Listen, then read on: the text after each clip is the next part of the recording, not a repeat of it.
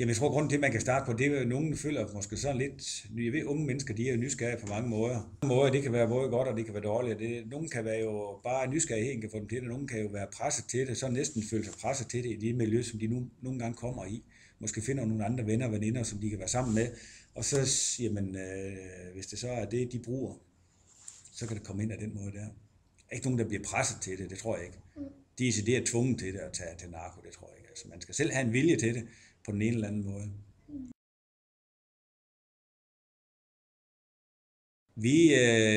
Hvis vi har mistanke til, at der er nogle unge mennesker, der er noget på sig, så har vi jo selvfølgelig tilladelse til at rense af personer. Det vil altså sige, at vi skal sige til dem, at vi sigter dem.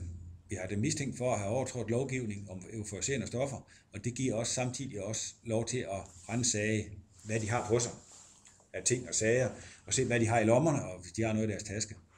Finder vi så noget, så er det selvfølgelig klart ulovligt, og så kan de få en bøde for det, alt efter meget lidt det er. Og finder vi så ikke noget, så har vi så faktisk tilladelse til at på stedet, så kan vi sige til dem, at nu fandt vi ikke noget, så vi frafalder sigtelsen mod dig, den vi sagde før. Den mindste bøde, du kan få for at være i besiddelse i forbindelse med hash, den mindste bøde, det er 2.000 kroner, og det er fra en lille smule smuld og hashsmuld op til 10 gram. Førstegangstilfælde, der er der 2.000 kroner i bøde.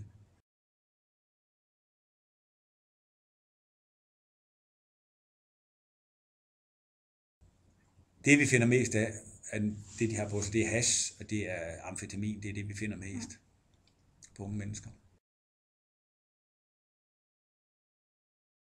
Vi gør jo, hvad vi besøger dem jo det vi kan, og så gør vi også sådan meget forebyggende, som det vi er i gang med nu herude ved jer, ved at tage ud til jer og oplyse jer om, hvad det er for noget, og I kan få mulighed for at deltage i og sætte jer ind i, hvad det er for noget, og så håber vi så også på, at I kan være med til at fortælle jeres venner og veninder om, hvad det er for noget, så være ambassadør og gode foregangsmænd for at sige, at det er ikke noget, vi skal gøre brug af. Men ellers så, hvis det er så, man er i, det er jo ikke sådan, at man er jaget vildt, fordi man ikke engang har været fundet i besiddelse af narko og noget, men man vil jo altid være registreret hos os, og så kan man jo se, jamen nu har vi jo måske fundet dem i besiddelse af narko 2 gange.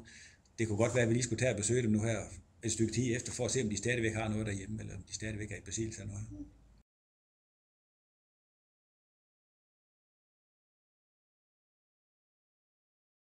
Altså amfetamin, jeg mener, det er op til 50 gram, hvis du er i besiddelse af mere end 50 gram amfetamin, når du bliver antastet eller taget af politiet, så kan du komme i fængsel for det med det samme.